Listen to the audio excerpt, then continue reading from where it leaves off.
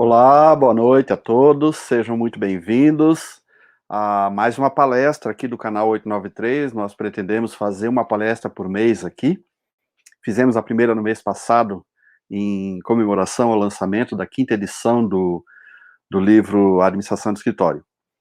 E hoje nós vamos falar sobre um tema que é, obviamente, importante, que é quanto você realmente ganha. Evidentemente que nessa palestra a gente não vai dar números, olha, você ganha tantos R$ 1.000. A gente vai dar alguns parâmetros para que você possa concluir, avaliar quanto que você realmente ganha.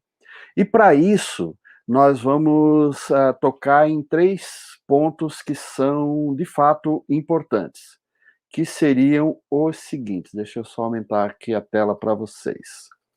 Veja só, nós vamos falar de 3 coisas nessa nossa palestra de hoje, tá? A primeira delas se você não conhece os custos do seu escritório, você não tem como saber quanto que você ganha, qual é a sua renda pessoal advinda do seu escritório. Então você precisa ter uma mínima noção, uma boa noção, na verdade, de quais são os custos do seu escritório. Uma segunda coisa importante é que você, como sócio ou como proprietário do escritório, você tem 3 formas de remuneração. Você é remunerado de 3 maneiras diferentes, não são alternativas, é uma mais duas mais três, né? E é também importante você saber, e nós vamos discutir isso aqui, que faturamento do escritório não é a mesma coisa que renda do sócio ou proprietário. É claro que se você já tem alguma experiência com o seu escritório, você já aprendeu isso, mas muitas vezes, quando você é muito jovem, está se iniciando na carreira, você tem a ilusão de que todo o dinheiro que entra no seu escritório é seu, e isso, obviamente, não é verdade. Vamos em frente, até porque a nossa palestra é rapidinha, ela tem que ser rápida, porque esse é o objetivo, né? Muito bem, meus amigos, vamos falar do seguinte: a remuneração dos sócios ou do proprietário de um escritório. Eu aqui vou falar em sócio, porque é o modelo de negócio que eu recomendo.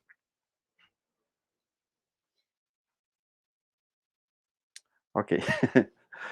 A Áurea me falou aqui, a Áurea está dando suporte para a palestra, e ela pediu para que as pessoas que façam comentários, que elas se identifiquem com o nome, pelo menos no primeiro comentário, porque nós vamos fazer um sorteio de um livro, como já fizemos na palestra anterior, e o sorteio será feito para aquelas pessoas que comentarem durante a palestra, ok? Feito esse aviso paroquial, vamos então à remuneração dos sócios. Então, eu estava dizendo que eu sempre falo em sócios porque eu recomendo o modelo de negócio sociedade entre profissionais. Você pode ter uma empresa na qual você é o único proprietário, você não tem sócios, o critério, as coisas aqui valem igual. Eu aqui vou falar sempre como se você tivesse sócio. Bom, a remuneração do sócio, ela precisa ela precisa cumprir 3 princípios de remuneração, que são princípios importantes, são princípios realmente relevantes para que a empresa se proteja, né? Primeiro é o princípio da isonomia, significa que quando você, como sócio, assume no seu escritório uma tarefa que poderia ser feita por um empregado ou por um terceirizado, você, como sócio, não pode ser remunerado pelo seu escritório com um valor acima daquilo que você pagaria para um empregado ou para um terceirizado. É um princípio de isonomia para proteger os interesses da empresa. Quando você se organiza empresarialmente, quando você tem uma boa noção do que é a empresa e o que é você, isso ajuda muito a entender esses princípios. Uma outra coisa, isso é válido principalmente quando você tem a prática de contratar serviços terceirizados. Você nunca pode remunerar o profissional interno, pagar para que ele faça alguma coisa no escritório, mais do que você teria de pagar para alguém de fora, com a mesma qualificação, fazer o trabalho para o seu escritório. Então, se você é um dos sócios do escritório e você vai fazer uma determinada etapa de um determinado projeto, para fazer esse trabalho, o escritório não pode pagar para você mais do que teria de pagar para alguém de fora fazer o trabalho bem feito no seu escritório. É o princípio de mercado. E o terceiro, e não menos importante dos princípios, é o princípio da previdência, que é uma coisa que diz que o escritório tem que se proteger e garantir a sua subsistência futura, garantir a sua sustentabilidade. Então, o lucro do escritório não pode ser distribuído integralmente para os sócios. Uma parte do lucro deve ser usado para garantir o crescimento da empresa. Veja que crescimento da empresa não é custo, é investimento.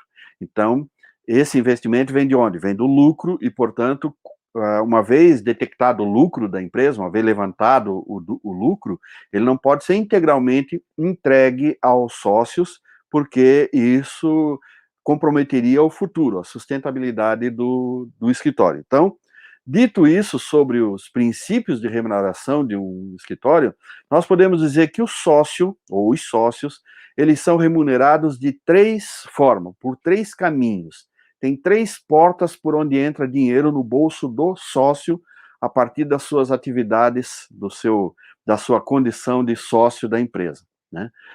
A primeira porta, a primeira forma de remuneração é a participação no lucro. Então, veja bem, a sua empresa é administrada, tem uma contabilidade, tem um controle do financeiro, chega-se ao final do exercício e tem-se a conclusão de que houve um lucro de tantos reais ou tantos mil reais. Uma parte desse lucro, a gente já viu lá no princípio da sustentabilidade, né? Num dos princípios da precificação ou da remuneração. Uma parte desse lucro volta para a empresa para que ela possa se reinvestir e uma parte é distribuída entre os sócios e, portanto, esse é um dos dinheiros que você ganha. Uma das rendas que você tem do seu escritório vem da participação nos lucros. Esta remuneração pode acontecer todos os meses, pode acontecer uma vez por semestre, uma vez por ano, isso é uma questão de cada empresa, mas é um dos caminhos de remuneração, de renda dos profissionais num escritório. O segundo caminho é o prolabore. Prolabore é uma remuneração fixa, é o salário fixo que você ganha. Esse valor, veja bem, em grandes escritórios de engenharia, a remuneração se dá apenas por prolabore, porque há uma estabilidade financeira muito grande, a renda do escritório mensal é sempre muito grande, de tal maneira que pagar salários para as pessoas que atuam no escritório não compromete, não arrisca a sustentabilidade do escritório. Empresas menores, com um faturamento instável, onde você não sabe, um mês fatura muito, no outro mês fatura muito pouco, o prolabore, geralmente, ele é menor e você se remunera mais na outra porta que eu já vou mostrar para vocês. Mas o prolabore, de qualquer forma, ele sempre tem de existir. E o prolabore, ele remunera o trabalho fixo que você faz no escritório, aquele trabalho que você faz, independente de ter ou não ter cliente, independente de estar ou não estar atendendo a um determinado contrato, é aquele trabalho que você faz geralmente ligado a alguma questão administrativa, certo? O seu controle de recursos humanos, ou o desenvolvimento dos processos produtivos, ou o controle financeiro, ou o desenvolvimento do marketing do seu escritório. Vejam que eu falei aqui nas 4 grandes áreas da administração. Então, sempre que você está fazendo algum trabalho ligado à gestão do escritório, você está fazendo um trabalho que não está ligado diretamente ao faturamento do escritório, está ligado à sustentação do escritório. Esses trabalhos, geralmente, são ou deveriam ser remunerados pelo prolabore, que é uma renda fixa, um valor que você ganha, independente do escritório naquele mês ter tido mais ou menos faturamento. Em escritórios menores, como eu disse, esse valor deve ser um valor menor para que num mês ou num período sem muito trabalho, os sócios acabam sendo menos remunerados, claro, para não quebrar o escritório. tá? E a terceira porta por onde entra dinheiro, entra renda para o sócio, para o proprietário do escritório, é o percentual sobre faturamento. Este valor esse modelo de remuneração é um dos que eu mais recomendo, porque é o que mais garante a sustentabilidade do escritório.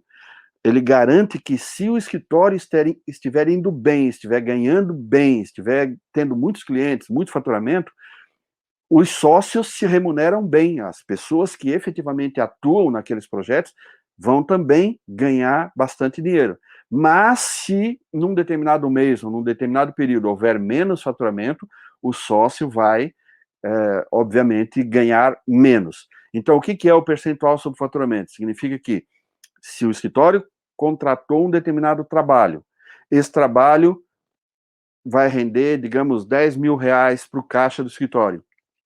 Uma parte desse R$10.000 é usado para remunerar aqueles profissionais ou aquele profissional que efetivamente trabalhou na execução daquele produto, trabalhou na execução daquele trabalho, daquele serviço que vai ser entregue ao cliente. Então, uma parte do valor que você ganha do cliente é repassado para quem efetivamente fez o trabalho ou partes do trabalho. Né? Muitas vezes você pode, num mesmo trabalho, um profissional faz o levantamento de campo, o outro faz o atendimento ao cliente, o outro faz os dimensionamentos e as especificações, o outro faz os detalhamentos, o outro faz os trabalhos burocráticos e de documentação, enfim, existem muitas etapas num projeto. Um profissional pode fazer tudo ou o trabalho pode ser dividido. Para cada uma dessas partes do trabalho, deve ser associado uma determinada remuneração e quem fizer aquela parte do trabalho vai ter direito àquela parte da remuneração, que é um percentual sobre o faturamento que o escritório teve, não é isso? Então, você já entendeu que você não tem normalmente, eu estou falando para os escritórios de pequeno porte. O que eu chamo de pequeno porte? De 1 a 15 pessoas, tá? Esse tipo de escritório, eles não têm uma renda, um faturamento estável, ou seja, não é garantido que todo mês vai entrar 50 mil no caixa, ou 30 mil, ou 80 mil. Não existe essa garantia. Tem meses que entra 90 e tem meses que entra 12, tem meses que entra 5. Então, para isso, a melhor forma é usar essas portas de remuneração que eu coloquei aqui. Tá? Bom, o outro ponto que a gente prometeu tratar durante essa palestra é a questão dos custos. Dentro do escritório, é sempre bom que em algum momento algum profissional se responsabilize pela administração financeira. Cuide da parte financeira, que não é apenas cuidar do dinheiro. Né? No curso que nós temos de administração do escritório, e mais especificamente no curso de administração financeira, eu mostro que administrar o financeiro significa administrar a maneira como o escritório lida com o dinheiro. Desde de onde o dinheiro vem, como ele entra, o que se faz com ele enquanto ele está dentro da empresa e como ele sai, de que maneira, por que caminhos, para quem. Então, o administrador financeiro, ele tem que ter esses cuidados e, naturalmente, ele deve ter alguma noção de economia, de contabilidade, de gestão de custos, isso é absolutamente fundamental. Né? E outra coisa, não menos importante, é que os custos do escritório precisam ser claramente identificados, registrados e, por decorrência, controlados. Você, lembrando sempre o Lord Kelvin, aquilo que não pode ser medido não pode ser controlado, aquilo que não pode ser controlado não pode ser melhorado. Então, para você poder efetivamente controlar a parte financeira, os recursos financeiros do seu escritório, você precisa identificar e manter registros muito refinados. Né? E muita gente não se dá conta de que um escritório ele tem custos de 3 naturezas. Né? O escritório pode ter custos de estrutura, custos de instalação, ele pode ter custos de manutenção e tem custos de produção direta, custos diretos de produção. Cada um desses três tipos de custo impactam no preço do produto que você vai oferecer ao mercado e vão impactar também na renda, na sua remuneração. Você deve sempre pensar no dinheiro do escritório, na administração financeira do escritório, com base nessas duas coisas importantes, tá? Que qual é a renda do escritório e qual é o preço dos seus produtos. Quase sempre a questão dos custos impacta quanto o escritório ganha, quanto os sócios do escritório ganham e quanto os produtos ou os serviços oferecidos pelo escritório precisam custar. Bom, o primeiro custo do qual que a gente trata aqui é o custo de estrutura. É óbvio que eu não vou aqui explicar para vocês ou dar exemplos de estrutura, porque não há tempo, não haveria tempo para isso. Mas é importante a gente saber que é o custo de instalar o escritório, aquelas coisas sem as quais o escritório não existe enquanto estrutura física. E você, então, precisa saber do que exatamente um escritório precisa. Mesa, cadeira, computador, carro, telefone, equipamento de internet, instalação elétrica, contrato social, registro nisso, registro daquilo. É o básico necessário para que o escritório abra as portas pela primeira vez. Que ele se constitua como uma empresa efetiva, com condições de produzir. Esses custos, eles quase entram na categoria de custos invisíveis, eles são muito mal tratados pelos profissionais.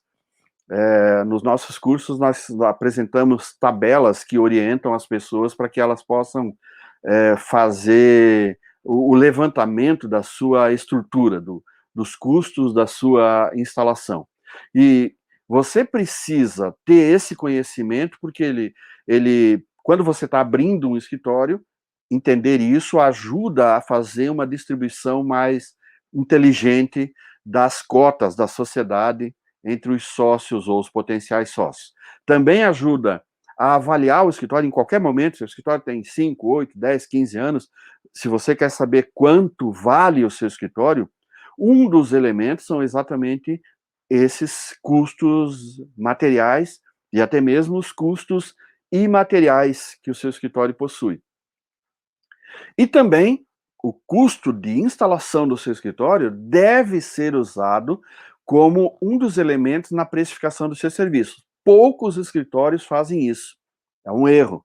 Você precificar o seu trabalho sem levar em conta a estrutura que você um dia precisou montar para poder ter o escritório funcionando. Então, o custo de estrutura do escritório é um custo importante que você precisa levantar e precisa realmente saber. O segundo custo importante é o custo de manutenção. Esse é um custo clássico, é o custo fixo operacional. É o custo de manter o escritório funcionando do primeiro ao último dia do mês. Então, quanto custa, considerando que tudo já está lá, né, a estrutura já existe, mas quanto custa manter o escritório com a porta aberta do dia 1º ao dia 30? Isso se chama custo fixo operacional. Ele tem muitas surpresinhas, ele tem muitos dados. Se você fizer uma lista do seu custo fixo operacional e aparecerem lá 10, 12, 15 itens, você está fazendo errado. Tem muito mais coisas. Não, tem gente que às vezes eu peço para me apresentar os custos fixos operacionais do escritório, ele me dá uma lista de 5, 6, 8 itens. Isso não existe, gente. Um escritório tem uma lista muito grande de elementos, de custos fixos operacionais, mas muitos deles são custos invisíveis. O custo invisível acaba sempre no seu bolso, no bolso do profissional. É de onde aparece aquela situação em que você pensa que está ganhando muito e está, na verdade, ganhando pouco. Então, é preciso ter uma atenção muito grande ao custo fixo operacional do seu escritório. E o terceiro custo é o custo direto de produção. A boa notícia é que o custo direto de produção, ele só existe se houver contrapartida de algum faturamento. Ou seja, se você não tiver um cliente, se você não tiver um contrato, se você não tiver que entregar algum trabalho, você não tem custo direto de produção. Você não precisa gastar para fazer algo que não foi contratado. Então, esse custo direto de produção, embora ele seja importantíssimo para você estabelecer o preço do seu trabalho, né, ele é uma parte importante no preço do seu serviço, preço que você vai oferecer ao cliente, ele não impacta a sustentabilidade do escritório, porque quando ele só aparece na hora que é um custo doce, é um custo que só aparece se houver uma contrapartida de faturamento. Portanto, você normalmente paga com certo prazer esse custo direto de produção, porque ele é sempre sinal de coisa boa, né? Então, custo de estrutura, custo de manutenção e custo direto de produção são três modalidades de custo que dizem coisas diferentes, mas que impactam de forma significativa a remuneração dos sócios e o preço do trabalho que você oferece ao seu mercado. Não pode perder isso de vista. E, finalizando, vamos falar sobre como, quanto daquilo que o escritório fatura vai efetivamente para o seu bolso, tá? Olha só, quando você é muito jovem, é recém-formado, abre o seu escritório, e não teve uma mínima orientação administrativa anterior, a percepção que você tem é de que o valor recebido por um trabalho realizado, ele é integralmente seu. A pessoa, o profissional, ou os profissionais envolvidos no escritório, acreditam que se eu cobrei 10 mil reais para fazer um projeto, eu ganhei 10 mil reais. Se você tem, sei lá, 1 ano, 2, 5, 10 de experiência profissional, você sabe que isso é uma bobagem, mas muita gente acredita nisso durante alguns meses depois que abre o escritório. Aí, logo em seguida que ele começa a trabalhar, ele descobre que, na verdade, ele não pode ficar, ou daqueles 10 mil reais, uma parte é custo, ele vai pagar para trabalhar também, né? Ele não vai ficar com os 10 mil, uma parte daquilo ali é custo. Depois que ele já está um pouco mais tempo no mercado, sei lá, 6 meses, 8 meses, ele já descobriu que, na verdade, o custo é bem maior do que aquilo que ele achava antes. Que o custo, ele fica aí com um valor muito menor do que ele julgava lá no início. Mas esse custo, ou esse tamanho de custo que está sendo apresentado aqui, essa barra aí, ela é bastante proporcional à realidade. Esta barra, essa disposição, essa distribuição que está aparecendo aí, ela ainda está incorreta. Então vamos ver como é que efetivamente esse negócio acontece. Vamos partir do pressuposto de que você, como proprietário, sócio ou projetista do seu escritório, teve um faturamento de 10 mil reais. Você tem que entender que esse valor, o valor bruto que entra no seu escritório, que a gente chama de faturamento, ele vai ser fatiado. Começa aqui a impostos devidos, certo? Então, a primeira mordida que você recebe já é de impostos. Você, por mais que você tente fugir, escapar ou burlar, eu não recomendo que se faça isso. Isso não é uma boa prática. Eu não estou falando só por retórica ou só para ser, digamos, politicamente correto. Eu tenho um artigo no meu site que vocês podem procurar para ler, que se chama Pague Seus Impostos ou Morra. Eu até vou colocar depois o link nessa palestra aqui, quando ela for editada. Pague seus impostos ou morra. Porque é resultado de um trabalho que eu fiz com alunos de graduação em administração, quando eu fui professor deles, mostrando que não pagar imposto, ou sonegar impostos, ou ter atividades, digamos assim, fora da legalidade, não é bom para a empresa, é um veneno, é uma bomba relógio que cedo ou tarde vai bater a sua porta, não vale a pena. Então, assim, avalie quais são os impostos devidos para a sua atividade profissional, manifeste-se, lute para que a carga tributária seja menor. Nós estamos aí com uma reforma tributária tramitando no Congresso, nós precisamos nos mexer, estão mexendo com interesses nossos, quando se fala em tributação de dividendos. Isso pode ser justo ou injusto, mas tem que ver em que medida. Então, nós, como profissionais de engenharia, de arquitetura, precisamos ficar atentos a como isso vai se dar. E as nossas instituições, né, os nossos sindicatos, as nossas entidades de classe, os CREAs, o CONFEA, precisa se manifestar porque a reforma tributária e a proposta de se tributar dividendos interessa para nós, temos que ficar atentos. O que nós não podemos é dizer, façam o que quiser, porque depois eu não vou pagar mesmo, eu vou sonegar, eu vou... Não, não façam isso. Imposto é uma coisa importante. Então, de cara, o seu faturamento já toma essa mordida dos impostos. Depois, há um valor que precisa ser destinado à pessoa que trabalhou na negociação. Esse é um valor que muitos escritórios não se dão conta e não fazem esta remuneração. E com isso eles não estimulam as pessoas que estejam dentro do escritório a se envolver com o trabalho de negociação e venda. Veja só, existe uma coisa chamada marketing, que atrai a atenção do público potencial e traz a pessoa para bater na sua porta, para mandar um e-mail, para mandar uma mensagem, enfim, para perguntar quanto custa o seu trabalho. A partir deste momento, a pessoa já bateu na sua porta, entra em cena o vendedor e ele precisa gastar tempo, energia e inteligência para elaborar a proposta comercial, apresentar a proposta, defender a proposta, negociar, produzir um contrato, enfim.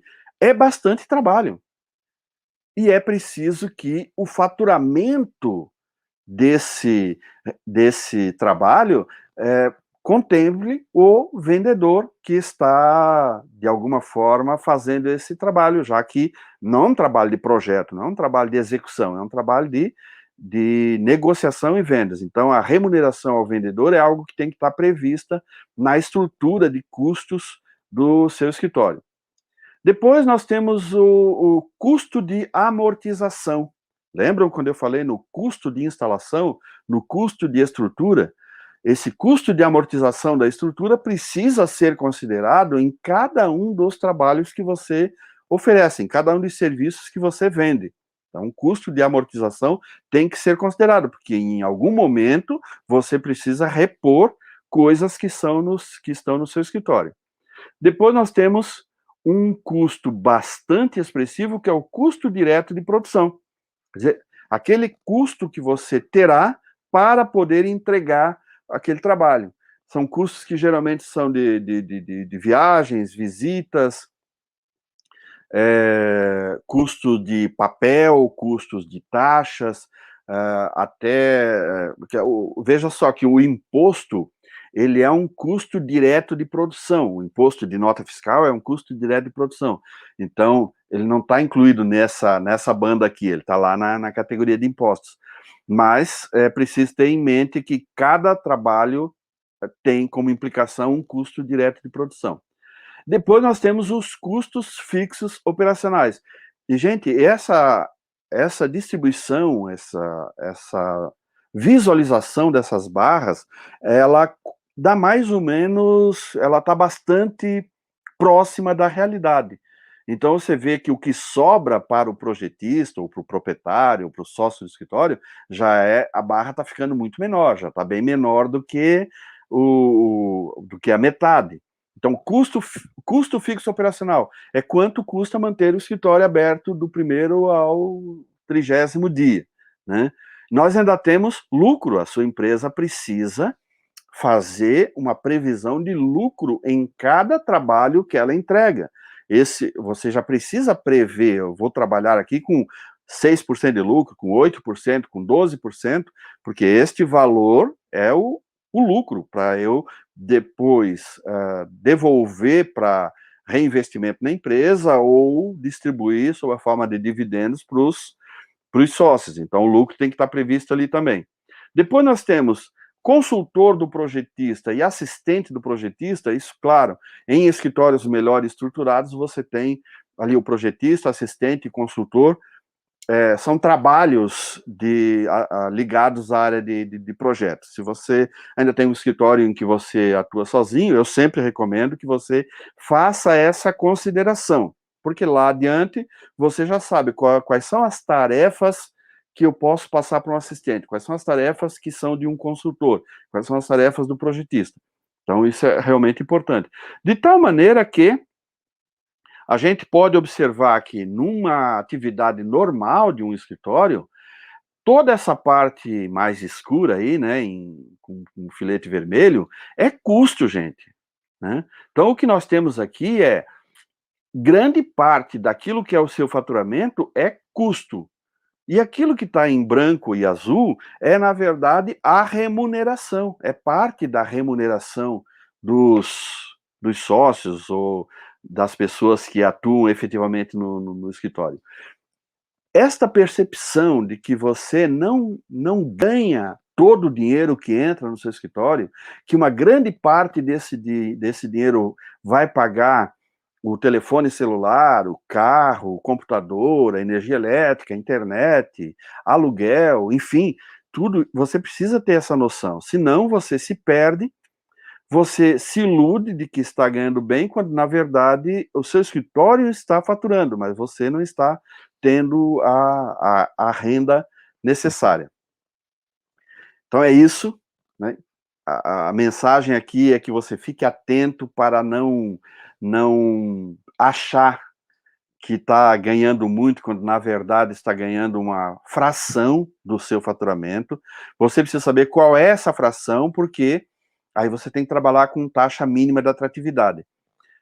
Quanto eu acho que devo ter como renda minha, pessoal, na minha conta pessoal, trabalhando nesse escritório? É, no mínimo, aquilo que você ganharia trabalhando no escritório de outro.